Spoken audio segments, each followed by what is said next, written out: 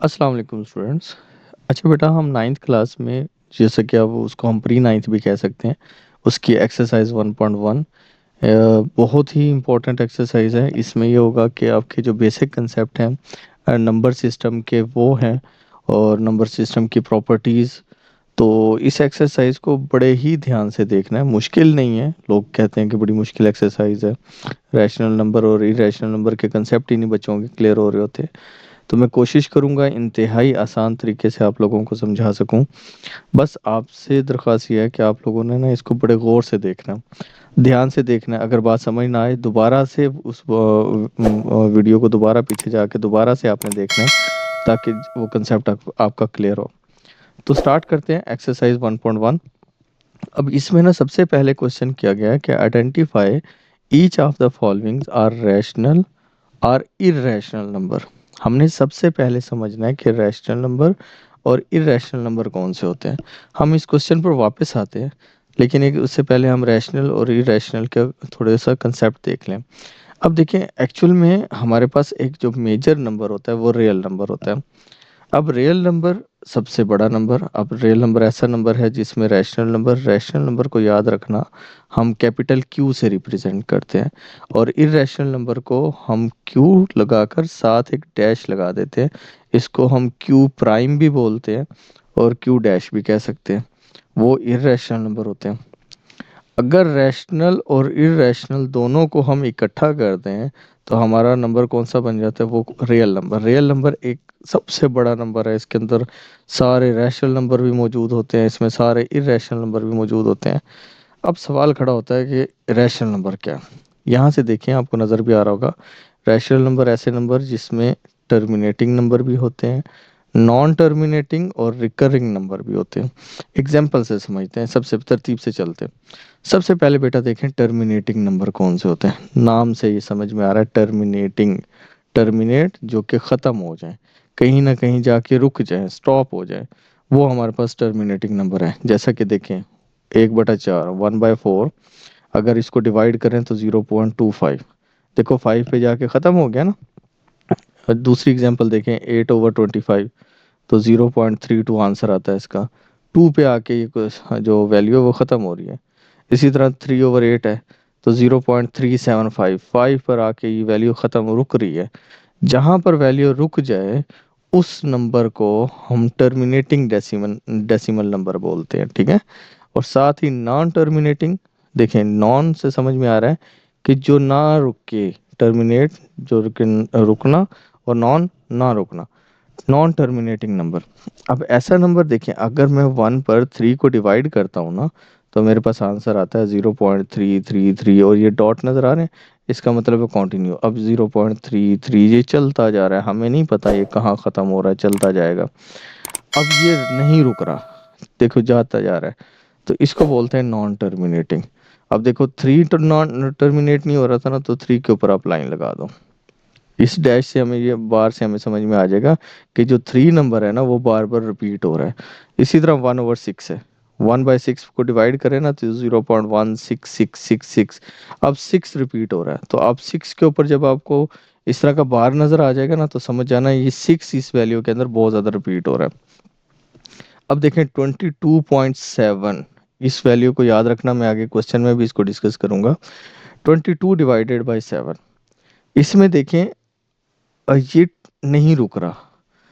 देखिए 142,857, दोबारा से 142,857, लेकिन ये नहीं रुक रहे, इसी तरह चलते जाएंगे। तो ये जो पैटर्न है ना पूरा 142,857, ये ही बार बार रिपीट हो रहा है, इसलिए पूरे पैटर्न के ऊपर बार लगा हुआ है कि ये वाली वैल्यू बार बार रिपीट हो रही है और इन्फिनिटी तक जा रही है, हमें नहीं पता ये कहाँ तक जा रही है, ठीक है। तो ये नंबर हमारे पास कौन से होते हैं? Non terminating.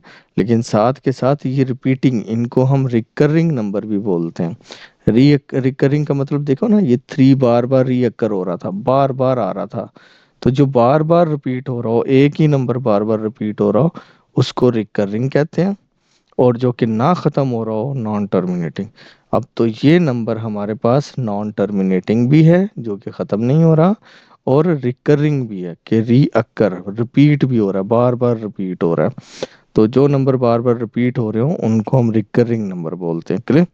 अब देखिए, जैसा कि बताया था कि जो रैशनल नंबर होते हैं वो टर्मिनेटिंग भी होते हैं, मतलब ऐसे नंबर जो कहीं ना कहीं जाके ख़त्म हो जाते हैं। देखिए जैसे कि ये 8 पे आके ख़त्म हो गया, टर्मिनेटिंग नंबर होने चाहिए।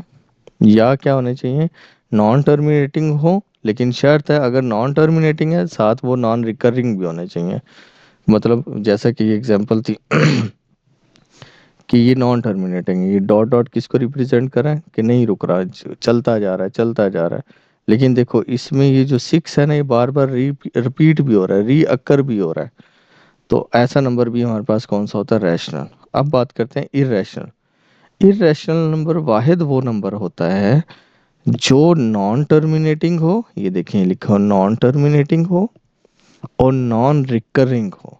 अब देखें ये ना तो ख़त्म हो रहा है, ये देखें डॉट डॉट डॉट चलता जा रहा है ना आगे, और ना देखो कोई नंबर या कोई पैटर्न रिपीट हो रहा है। ठीक है, ये इसमें देखो कोई नंबर आपको रिपीट होता हुआ नजर आ रहा है एक सीक्वेंस से, जैसा कि 1 8 है तो दोबारा भी 1 8 आना चाहिए था ना। तो तरतीब में दोबारा अगर 1 8 आ रहा है तो इसके दरमियान में 2 8 आ रहा है, तो तरतीब में कोई नंबर रिपीट हो रहा है नहीं ना। तो वो नंबर हमारे पास नॉन रिकरिंग है और नॉन टर्मिनेटिंग, ऐसा नंबर हमारे पास इर्रेशनल नंबर होता है। ये डेफिनेशन है, non terminating non recurring decimal number known as, जिनको हम कहते हैं इर्रेशनल नंबर्स। मिसाल में आप पाई की एग्जांपल दे सकते हो, ईटा ई की एग्जांपल दे सकते हो। अब अंडर रूट में कुछ को क्वेश्चन आता है कि अंडर रूट के अंदर कोई प्राइम नंबर्स आ जाए ना, देखो under root 3, under root 5, under root 7, ये सारे हमारे पास इरेशनल नंबर है। ठीक है, लेकिन अगर अंडर रूट के अंदर 4 आ जाए, बेटा अंडर रूट 4 तो 2 के इक्वल नहीं आता था। आप कैलकुलेटर में अंडर रूट के अंदर 4 लिख के देखो तो 2 आएगा। टू टू तो मेरे पास टर्मिनेटिंग नंबर है, मतलब रैशनल नंबर है। तो लाइक ऐसे 9 आ जाए तो ये भी तो 3 के इक्वल होता है। अगर ऐसे 16 आ जाए वो 4 के इक्वल होता है। तो ये नंबर हमारे रैशनल होते हैं। ये जो नंबर है ना, ये सारे प्राइम नंबर जितने भी अंडर रूट के अंदर आ रहे हैं वो सारे हमारे पास इरेशनल होते हैं। क्लियर? तो उम्मीद है आपको रैशनल और इरेशनल क्लियर हो गए होंगे। अब जैसा कि हम पहले एक थोड़ी सी एग्जांपल देख लेते हैं। अब आपने बताना है ये ख़त्म हो रहा है 5, इसका नंबर है 5 पे आके पॉइंट ख़त्म हो रहा है, तो ये कौन सा नंबर है मेरे पास, रैशनल नंबर है। ठीक है, और ये देखें अब 4 4 4 रिपीट हो रहा है, जैसे रिपीट आएगा मुझे पता चल जाएगा कि ये तो रैशनल है। क्लियर है ना? अब देखो 5 के ऊपर बार लगा हुआ है, 5 के ऊपर बार का मतलब 5 बार बार रिपीट हो रहा है, तो ये भी कौन सा नंबर होगा बेटा, हमारे पास रैशनल होगा। अब ये नंबर देखें, ये देखें ये 3 डॉट से तो हमें पता चल रहा है कि नॉन टर्मिनेटिंग ख़त्म नहीं हो रहा। चेक करते हैं कोई पैटर्न रिपीट हो रहा है, कोई पैटर्न रिपीट नहीं हो रहा। अब ये हमारे पास इर्रेशनल नंबर है। ये देखिए ये भी डॉट डॉट से पता चल गया नॉन टर्मिनेटिंग है, और कोई पैटर्न रिपीट नहीं हो रहा, तो ये नॉन रिकरिंग भी है और नॉन वो भी है, टर्मिनेटिंग भी है। तो ये हमारे पास इरेशनल नंबर हो गया। चलें अपनी एक्सरसाइज पे, अब आपने बताना है मुझे। पहला क्वेश्चन देखें, 5 पे आके टर्मिनेट हो रहा है, तो इसका मतलब कौन सा नंबर हुआ, आर ए, रैशनल। मैं आर ए लिख रहा हूँ तो आपने समझना है रैशनल नंबर है। ठीक है, अब देखो 6 के ऊपर बार आ रहा है तो रिपीट हो रहा है ना 6, तो ये भी कौन सा नंबर हुआ, रैशनल। अब ये वाला नंबर देखें, ये 3 डॉट से मतलब समझ में आ रहा है कि ये नॉन टर्मिनेटिंग है, ख़त्म नहीं हो रहा, लेकिन कोई नंबर रिपीट भी तो नहीं हो रहा, तो ये मेरे पास इरेशनल है। आई आर से इरेशनल समझना है आपने। ठीक है, अंडर रूट में 7 आ गया, प्राइम नंबर है, मैंने अभी बताया था अंडर रूट में प्राइम नंबर आ जाएं तो हमारे पास क्या होते हैं, इरेशनल होते हैं। ठीक है, ईटा भी अभी हम पढ़कर आए एग्जाम्पल में, इरेशनल है। पाई भी हमारे पास इरेशनल है। अब देखिए यहाँ पर 5 तो चलो टर्मिनेटिंग है, मतलब रैशनल है, लेकिन रैशनल के साथ कोई इरेशनल नंबर अगर प्लस हो रहा हो ना, तो वो नंबर इरेशनल ही होता है, ये याद रखना। दोनों इरेशनल नंबर हैं, प्लस हो रहे हैं तो इरेशनल ही होंगे। अब 15 डिवाइडेड बाई 4, अब देखो 15 डिवाइडेड बाई आप 4 कैलकुलेटर पे करके देखोगे ना, तो 4 4 3 कितना होता है, 12। 3 बचा हमारे पास, फिर पॉइंट लगाए 0 4, कितने 30 के करीब जाए, फोर कितने ज़ार एट,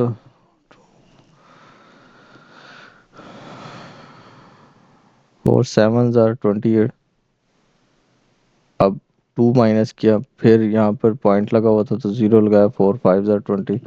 तो इसका ये तो इक्वल आता है 3.75। आपने ये कैलकुलेटर पे कर लेना है। 3.75 आएगा तो वो कौन सा होगा हमारे पास, रैशनल होगा, ठीक है, क्योंकि 5 पे आके नंबर रुक गया। अच्छा, इसको देख लेते हैं, मैं ये आपको सॉल्व कर देता हूँ। अब देखिए, अगर हमारे पास लिखा हुआ था 2 - √2 और टू और 2 + √2, क्लियर, √2। अब इन दोनों के दरमियान ब्रैकेट में कोई साइन है नहीं ना, तो अब इसका साइन नहीं है, तो इसका मतलब है ये वैल्यू और ये वैल्यू आपस में क्या हो रही है, मल्टीप्लाई हो रही है। अब देखिए गौर से कि ये अगर मैं इसको फार्मूले की फॉर्म में लिखूं तो ये a - b और ये a + b, एक फार्मूला याद है आपको जो कि इक्वल होता था a² - b² के। तो इसी तरह पहली वैल्यू जो 2 है, तो 2 का स्क्वायर माइनस सेकंड वैल्यू क्या है, √2, तो √2 और उसका होल स्क्वायर।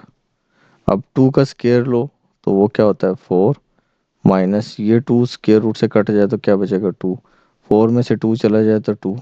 2 मेरे पास कौन सा नंबर है बेटा, रैशनल नंबर है ना, तो ये हमारे पास रैशनल नंबर हो गया। तो लास्ट वाला भी हमारे पास क्या हुआ, रैशनल नंबर, क्लियर। नेक्स्ट है इसके अंदर क्वेश्चन नंबर 2 में represent the following numbers on number line. अब हमारे पास एक नंबर लाइन हो, नंबर लाइन के ऊपर हमने ये जो नंबर्स दिए गए इन नंबर्स को रिप्रेजेंट करना है। अच्छा, इसका बड़ा आसान सा तरीका है। जैसे कि मैं पहले ये यहाँ से स्टार्ट करते हैं। 4 की पावर, एक नंबर है हमारे पास 4 1/3। ये आपको पता है, उर्दू में इसको मखलूत मखलूत नंबर बोलते हैं और इंग्लिश में इसको कंपोजिट नंबर बोलते हैं, कंपाउंड नंबर, सॉरी। अब नंबर लाइन लेनी है आपने, एक लाइन ड्रॉ करनी है, ठीक है, ये लाइन आपने ड्रॉ की। लाइन आपको पता है कहाँ से स्टार्ट होती है, ज़ीरो से। यहाँ पर मैं जो इस साइड पे नेगेटिव नंबर चलेंगे, यहाँ पे 1, यहाँ पे -2, यहाँ पे -3। इसी तरह यहाँ पे 1 नंबर चलेगा, यहाँ पर 2, यहाँ पर 3, यहाँ पर 4, यहाँ पर 5, ठीक है। अब 4 है ना पहला नंबर, तो जो कंप्लीट नंबर है वो 4 है, तो इसका मतलब आपने यहाँ तक जो 4 है, 4 तक तो आपने जाना ही जाना है ना। 4 के बाद 1/3 है, 1/3 ना, तो आप नीचे कितना लिखा हुआ 3, अब 3 यहाँ पर 3 ना पोर्शन बना लें, 1 2 एंड 3, 3 इक्वल पोर्शन बना लें। ऊपर देखें क्या 1 है, तो यहाँ से 4 के बाद से काउंट करें 1, ये है, ठीक है। तो ये वाली जो लाइन है ना, ये वाली लाइन बनती है हमारे पास 4 एंड 1/3, क्लियर। सेम इसी तरह नेक्स्ट नंबर देखिए, नेक्स्ट नंबर आपके पास क्या, -2 एंड 1/7। तो ध्यान से देखना, -2 एंड 1/7, ठीक है। एक लाइन नंबर ड्रॉ की, लाइन ड्रॉ की मैंने स्ट्रेट, यहाँ ये इसका सेंटर 0, यहाँ पर 1 -1, यहाँ पर -2, यहाँ पर -3, इसी तरह 1 2, यहाँ पर 3, क्लियर। अब आपने क्या करना है, यहाँ पर कंप्लीट नंबर तो -2 है, अब नेगेटिव वाली साइड पे चलना है ना, क्योंकि ये नेगेटिव साइड है मेरी। तो आप जाओगे यहाँ तक, -2 तक तो जाना ही जाना है। उसके बाद देखो नीचे कितने नंबर हैं, 7। तो 7 डिवीजन बना लें, 7 पोर्शन बना लें, 1 2 3 4 5 6 7, 7 इक्वल डिवीजन बन गई। ऊपर देखें क्या 1 है, तो यहाँ पर, यहाँ ये रहा 1, यहाँ से स्टार्ट करना 1। तो ये वाली जो लाइन होगी मेरे पास -2 एंड 1/7 होगी। नेक्स्ट नंबर देखें, तो नेक्स्ट नंबर है 5/8, सिंपल 5/8, ये रहा 5/8। अब यहाँ पर एक लाइन ड्रॉ करें स्ट्रेट, आपने स्केल यूज़ करना है, ठीक है। इसी तरह अब यहाँ 0 से स्टार्ट हुआ, 0 1 2 और 3, 0 यहाँ पर क्या ये नेगेटिव है ना, तो ये माइनस वाले हो गए, इस साइड पे कौन होता है, +1 2 एंड 3, क्लियर। अब देखिए 5 डिवाइडेड बाई 8, आपको पता है 5 डिवाइडेड बाई 8 का आंसर आएगा 0 पॉइंट समथिंग, ठीक है ना।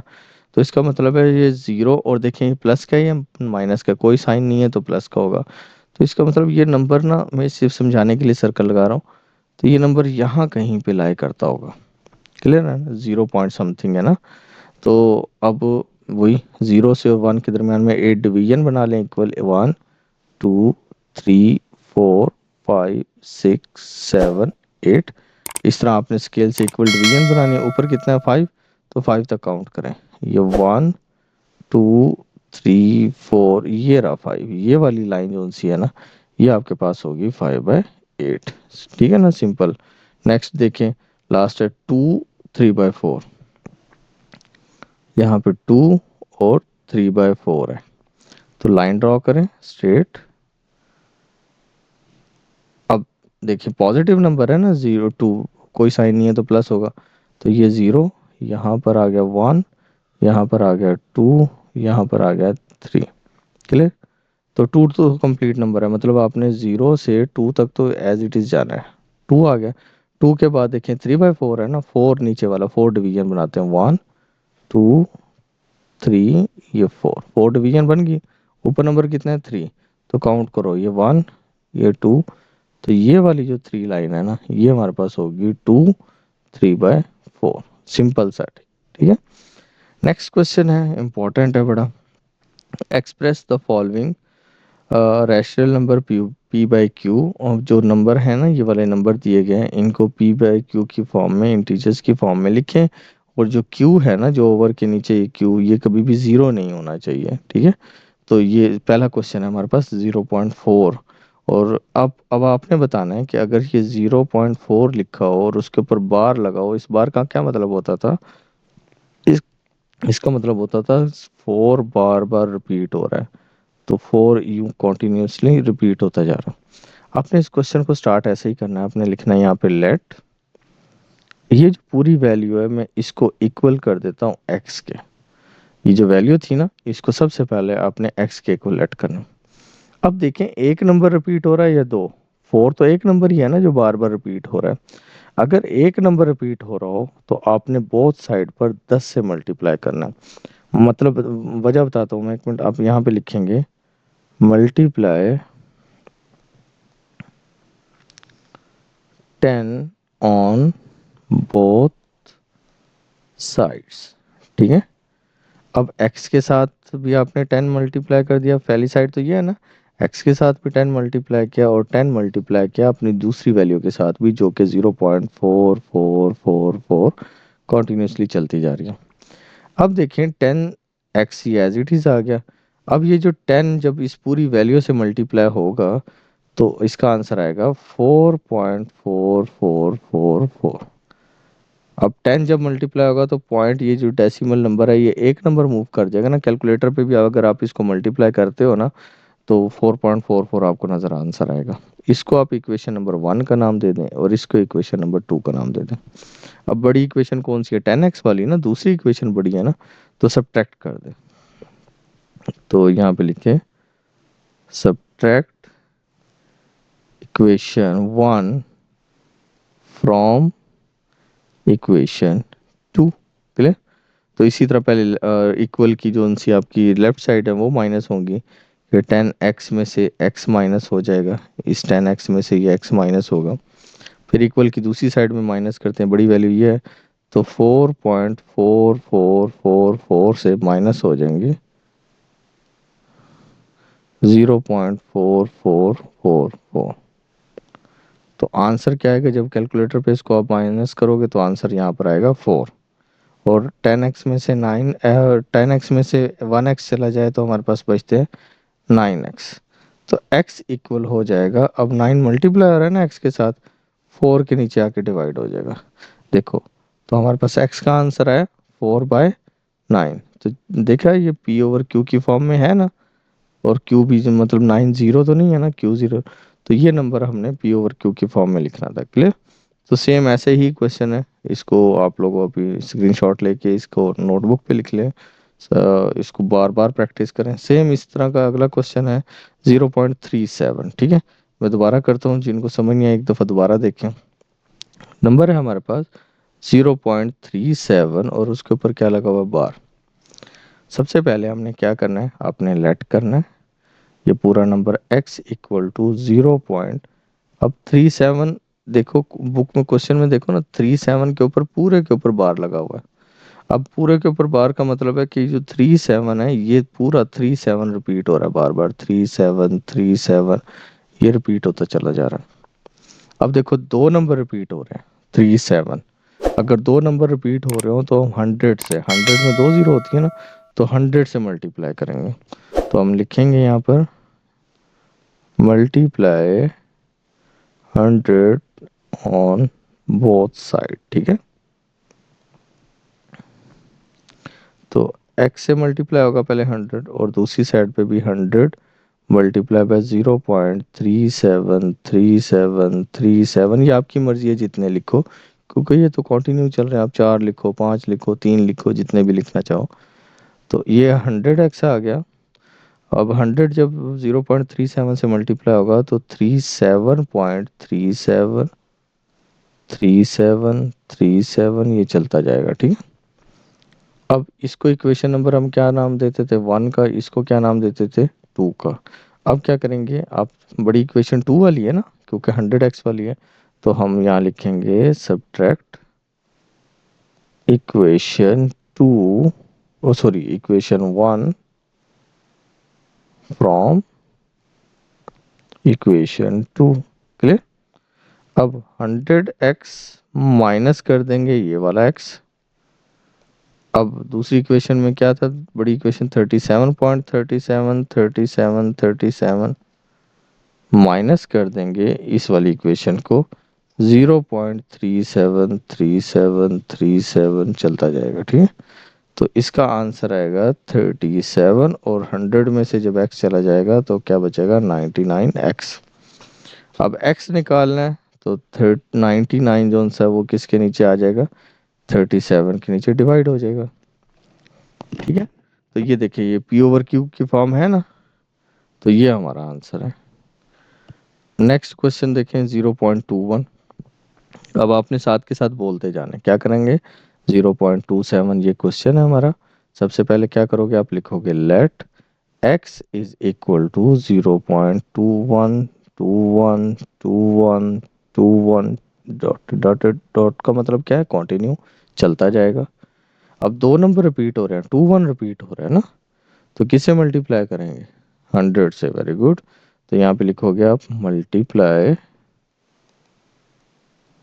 100 ऑन बोथ साइड्स, ठीक है। x से मल्टीप्लाई हुआ 100, दूसरी साइड पे भी 100 मल्टीप्लाई हुआ 0.21212121 कंटिन्यू। इसी तरह जब 100x इक्वल टू, जब 100 मल्टीप्लाई होगा तो क्या आ जाएगा, 21.212121 डॉट डॉट, ये फर्क नहीं पड़ता आप 4 लिख रहे हो, 5 लिख रहे हो, पॉइंट, ये फर्क नहीं पड़ता। ये इक्वेशन नंबर 2 और ये इक्वेशन नंबर 1। अब क्या करोगे, आप लिखोगे सब्ट्रैक्ट इक्वेशन 1 फ्रॉम इक्वेशन 2, ठीक है। तो इक्वेशन 2 का 100x माइनस इक्वेशन 1 का x इक्वल टू इक्वेशन 2 का 21.21212121 डॉटेड माइनस इसका क्या था, 0.212121 डॉटेड, ठीक है। अब यहाँ पर आंसर क्या आएगा, 21, यहाँ 100 में से x चला जाएगा तो क्या बचेगा, 99x। Sorry, x is equal to 21, 99 multiply और x के साथ इधर आके क्या होगा, डिवाइड। देखो आ गया ना p ओवर q की फॉर्म में। तो ये हमारे पास सिंपल से क्वेश्चन थे, ठीक है। नेक्स्ट क्वेश्चन है, कुछ प्रॉपर्टीज हैं बेटा, ये साथ के साथ ही मैं एक्सरसाइज में ही आपको याद करवाऊंगा, तो 2 मिनट ध्यान से देखें इसको। एक प्रॉपर्टी है कि जी a+4 फिर plus B equal to a+4+b। देखिए ये ऐसे लिखा हुआ ना, अगर मैं इस तरह लिखूं कि जी पहली दो वैल्यूज को ब्रैकेट में डाला हुआ है, थर्ड वैल्यू को छोड़ा हुआ है। अब पहली को छोड़ के आखिरी दो 4 और बी को ब्रैकेट में डाला हुआ है, प्लस का साइन आ रहा है ना। इस प्रॉपर्टी को बोलते हैं associative property with respect to addition. ठीक है, मैं दिखा देता हूँ आप लोगों को। आप लोगों ने अपनी बुक में जाना है, बुक का जो स्टार्ट है उसमें देखना है। ये देखिए एक एसोसिएटिव प्रॉपर्टी लिखी हुई है, लिखी हुई है ना। एसोसिएटिव प्रॉपर्टी में क्या होता है कि तीन नंबर हैं, जैसे कि a plus B plus C equal to A plus B plus C है। आप पहले वाले आखिरी वाले दो को ब्रैकेट में डाल दो और दूसरी साइड पे पहले वाले दो को ब्रैकेट में डाल दो, तो ये एसोसिएट हो रही हैं with respect to addition. Clear. तो इसको बोलते हैं, इसका नाम क्या है याद रखना है, associative property with respect to addition. ठीक है, ये एसोसिएटिव प्रॉपर्टी है। एक और प्रॉपर्टी है, सबसे पहले देखें प्लस है तो इसका मतलब एडिशन की बात हो रही है। तो अब पहले अंडर रूट 2 बाद में अंडर रूट 3, लेकिन यहाँ पर अब अंडर रूट 3 को पहले लिख दिया और 2 वाले को बाद में लिख दिया। इसको हम बोलते हैं कम्यूटेटिव प्रॉपर्टी। कम्यूटेटिव प्रॉपर्टी में क्या होता है, अगर हम ए को पहले लिखकर बी बाद में ऐड करें या बी को पहले लिखकर ए को बाद में ऐड करें, तो आंसर दोनों का इक्वल रहता है। देखो 2+5 करें या 5+2 करें तो आंसर दोनों साइड पे 7 रहते हैं, तो इसको बोलते हैं कम्यूटेटिव प्रॉपर्टी। एडिशन की बात हो रही थी तो with respect to addition. Clear. तो ये हमारे पास कम्यूटेटिव प्रॉपर्टी है। क्लियर बेटा।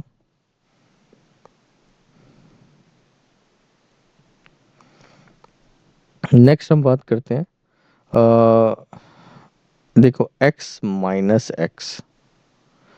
अगर x एक नंबर दिया गया हो और उसके साथ ही सेम वही नंबर मुख्तलिफ साइन के साथ आ जाए, माइनस प्लस था तो माइनस एक्स के साथ आ जाए, इसको हम बोलते हैं एडिटिव इनवर्स। ये देखिए ये रहा। अगर एक ए नंबर हो, उसके साथ उसी का साइन चेंज करके उसमें नंबर ऐड कर दें, माइनस ए लगा दें, या माइनस हो उसके साथ प्लस ए लगा दें, तो आंसर ज़ीरो आता है। इसको हम क्या बोलते हैं, इनवर्स। लेकिन एडिशन की बात हो रही थी, प्लस माइनस की बात हो रही थी, तो हम इसके लिए वर्ड यूज़ करेंगे एडिटिव इनवर्स। क्या वर्ड यूज़ करेंगे, ये है एडिटिव इनवर्स। क्लियर। एक और प्रॉपर्टी आती है, अब देखिए जिसके अंदर प्लस का साइन भी आ रहा हो और देखो ए और ब्रैकेट में कोई साइन नहीं है, तो इट मीन्स यहाँ मल्टीप्लिकेशन का साइन है। तो दो साइन जब आपको पता है दो ऑपरेशन होते हैं, एक होता है प्लस माइनस का, एक होता है मल्टीप्लिकेशन डिवीजन का। तो इस ये एडिशन में शामिल होता है, इसको हम मल्टीप्लिकेशन कहते हैं। तो जिसमें प्लस और मल्टीप्लिकेशन दो डिफरेंट आ जाए, तो इसको हम बोलते हैं डिस्ट्रीब्यूटिव लॉ। देखो ए पहले बी के साथ मल्टीप्लाई होगा, ए बी, फिर यही ए सी के साथ मल्टीप्लाई होगा, ए सी, और ये प्लस का साइन दरमियान में आ जाएगा। इसको हम क्या बोलते हैं, डिस्ट्रीब्यूटिव लॉ।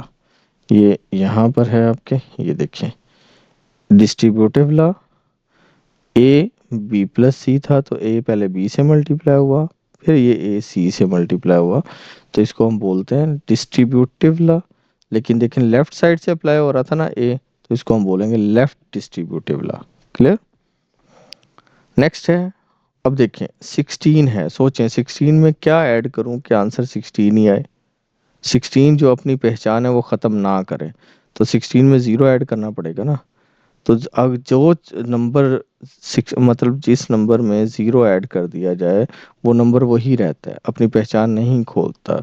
इसको बोलते हैं आइडेंटिटी। एडिशन की बात हो रही है तो इसको बोलेंगे एडिटिव आइडेंटिटी। क्लियर। ये देखिए ए में ज़ीरो ऐड करो तो ए ही आंसर आता है, ज़ीरो में ए ऐड करो तो आंसर ए ही रहेगा। कुछ ए के अंदर ज़ीरो कहीं पे भी ऐड कर दो तो पहचान नहीं उस नंबर की ख़त्म होती। तो इसको हम बोलते हैं एडिटिव आइडेंटिटी। एडिशन की बात हो रही थी ना, तो एडिटिव आइडेंटिटी। ठीक है। नेक्स्ट की बात, अब ज़ीरो में क्या मल्टीप्लाई कर, 100 में क्या मल्टीप्लाई करूं कि 100 ही आंसर है। 100 अपनी पहचान नहीं खो रहा। जो नंबर अपनी पहचान नहीं खोता वैसे का वैसे ही रहता है, उसको हम आइडेंटिटी बोलते हैं। फिर हम ध्यान रखते हैं कि मल्टीप्लिकेशन हो रही थी तो हम कहेंगे मल्टीप्लिकेटिव आइडेंटिटी, प्लस हो रहा था तो हम कहेंगे एडिटिव आइडेंटिटी। देखिए ये मल्टीप्लिकेशन की बात हो रही है तो मल्टीप्लिकेशन आइडेंटिटी में देखें, ये रहा आइडेंटिटी, 1 से मल्टीप्लाई होता है। आपसे सवाल किया जाएगा जी एडिटिव आइडेंटिटी क्या होती है, तो आपने कहना zero is the additive identity, कि जीरो जिसमें भी ऐड कर दो नंबर वही रहता है। आपसे पूछा जाएगा मल्टीप्लिकेटिव आइडेंटिटी क्या होती है, आपने कहना one is the multiplicative identity, कि वन जिस मर्जी नंबर में मल्टीप्लाई कर दो और नंबर चेंज नहीं होता। अब देखें सेम यही वाला पैटर्न है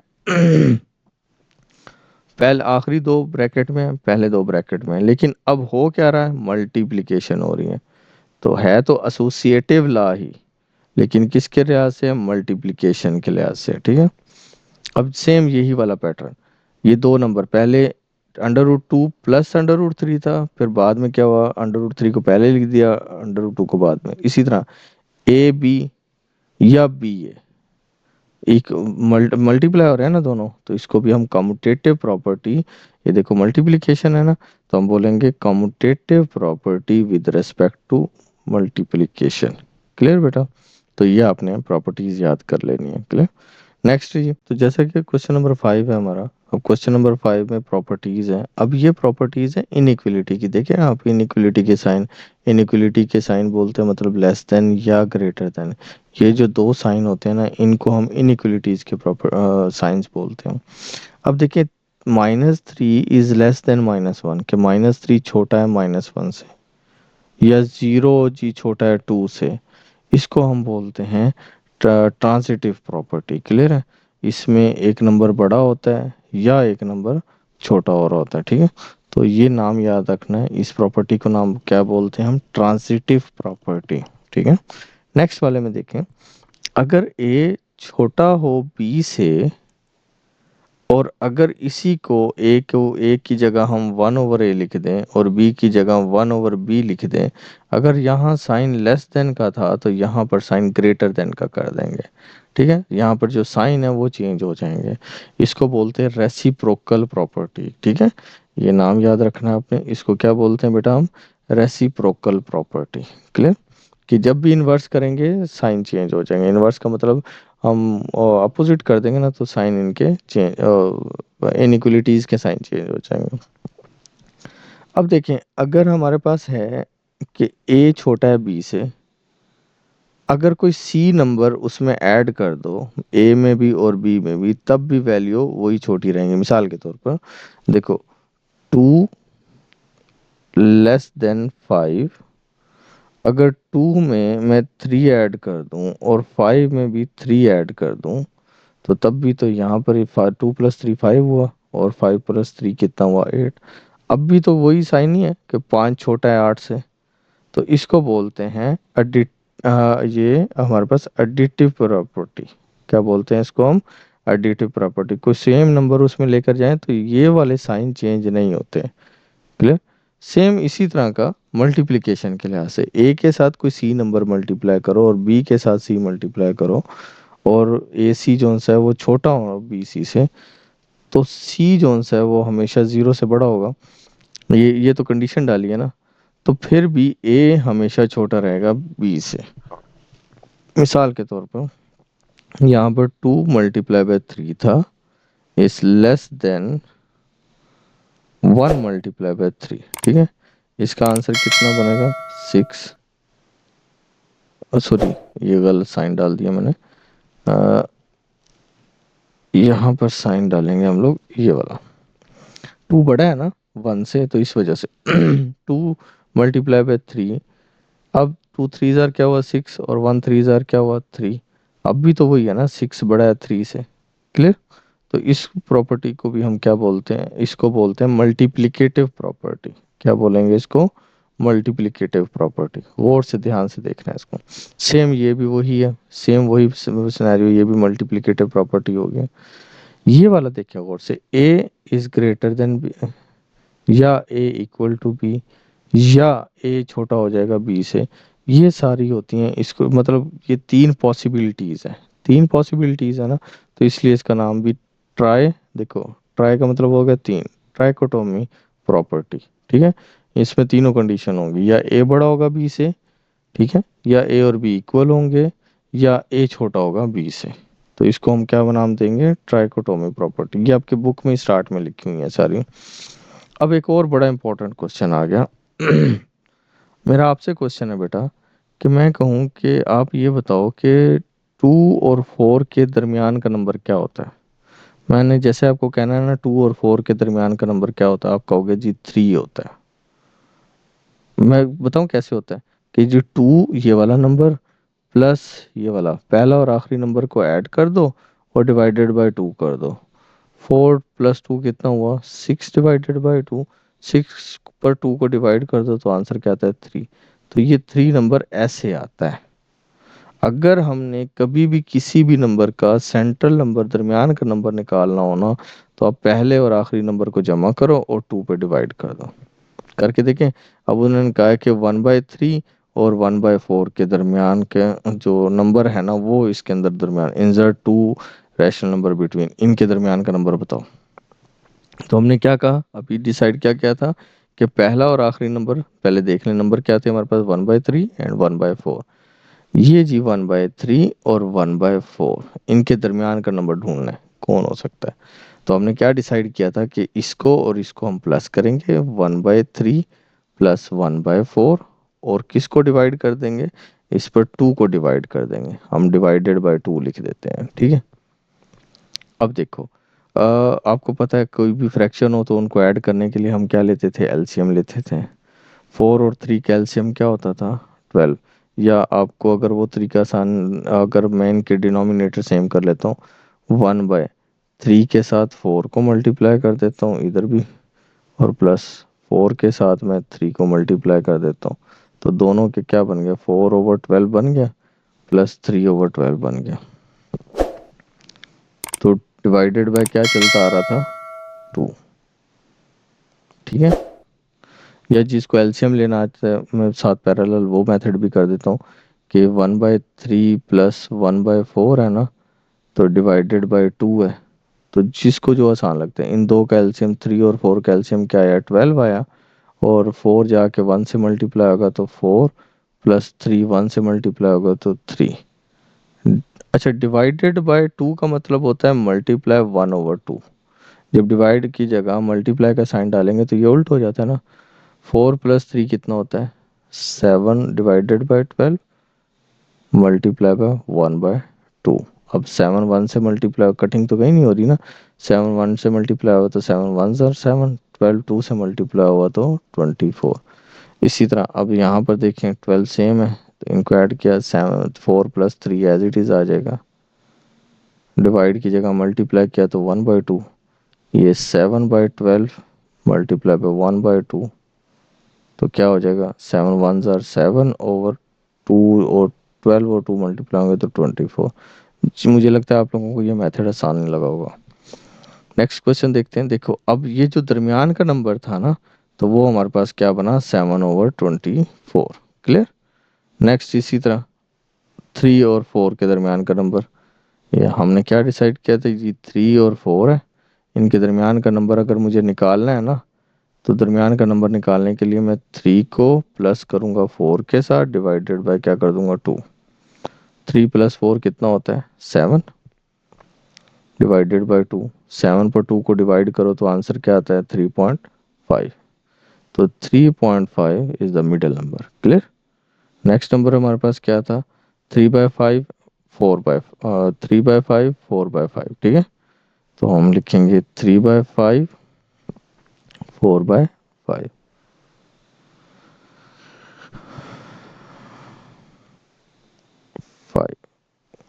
अब क्या डिसाइड हुआ था, दोनों नंबर्स को ऐड करना है, 4/5 डिवाइडेड बाय क्या करेंगे, 2।